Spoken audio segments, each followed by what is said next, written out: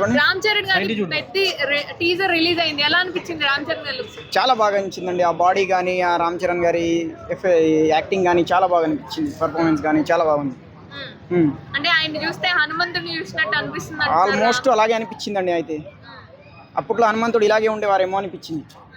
అంటే కొన్ని చోట్ల మనకి ఫస్ట్ స్టార్టింగ్ చిక్రీ సాంగ్ అప్పుడేమో బ్యాట్ ని చూపించారు, ఇప్పుడేమో కుస్తీ బ్యాండ్ ని చూపించారు కదా, మరి ఏ గేమ్ ఏంటి అని ఏమైనా కన్ఫ్యూజన్ ఏమైనా ఉంటుంది అంటారా? కన్ఫ్యూజ్ ఏం లేదండి. సినిమా మొత్తం క్రికెట్ కుస్తీ మొత్తం స్పోర్ట్ బ్యాక్ డ్రాప్ లో సినిమా చూసుకోవాలి మనం. అది అట్లా ఉంటది. ఇవాళ మరి ఆయన పుట్టినరోజు కదా, ఆయన పుట్టినరోజు సందర్భంగా ఏం చెప్తారు?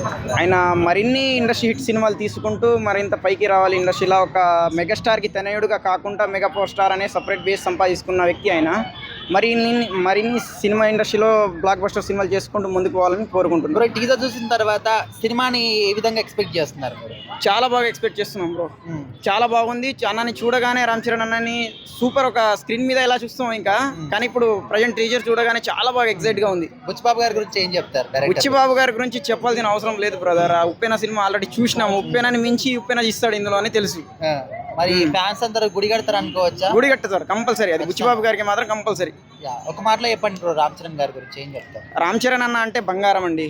ఫస్ట్ ఆఫ్ ఆల్ చెప్పాలంటే ఎటువంటి ఓవర్ కాన్ఫిడెన్స్ లేదు. ఒక స్టార్ హీరో కొడుకు అనే విషయమే మర్చిపోతాడు సెట్ల. నేను ఆయనతో వర్క్ చేశాను కాబట్టి చెప్తున్నాను. సెట్ల బంగారం లాగా ఉంటాడు ఆయన.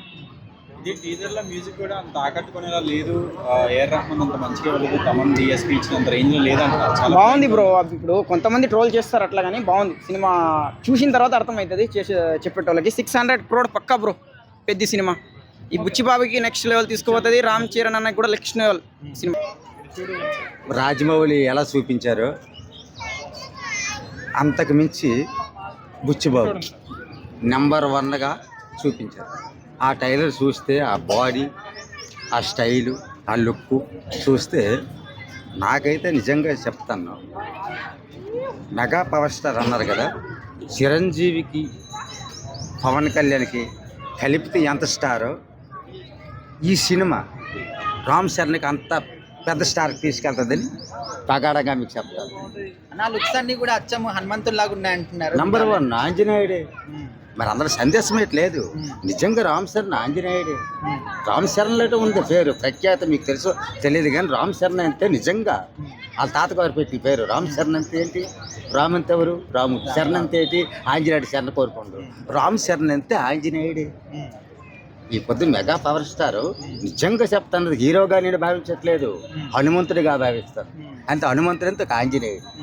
ఓకే అన్న, ఇంతకు ముందు సాంగ్స్ చూసినప్పుడే చాలా హైప్ క్రియేట్ అయింది సినిమా పైన. నెంబర్ 1 టీజర్ చూసిన తర్వాత ఏ విధంగా ఫీల్ అయ్యారు మీరు? నెంబర్ 1 ఒక హైప్ అంతా ఇంత అంచనేయడానికి లేదు.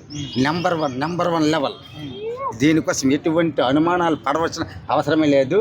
బ్లాక్ బస్టర్ మూవీ, చరిత్ర మళ్ళీ సృష్టించే మూవీ పెద్ది. ఇంతకు ముందు ఉన్న రికార్డ్స్ అన్ని లేచిపోతాయా? టోటల్గా ఆల్మోస్ట్ దీంట్లో సందేశమే లేదు. ఆల్మోస్ట్ అంటే RRR కూడా మించి రికార్డ్. ఇంకా ఎవరి సినిమాతో నేను అనలేదు. RRR కూడా రామ్ చరణ్ ఉన్నారు, ఎన్టీఆర్ గారు, రామ్ చరణ్. దీనికి మించి. ఓకే, డైరెక్టర్ గారి గురించి ఏం చెప్తారు? బుచ్చిబాబుకి ఈ సినిమాతో ఒక అద్భుతమైన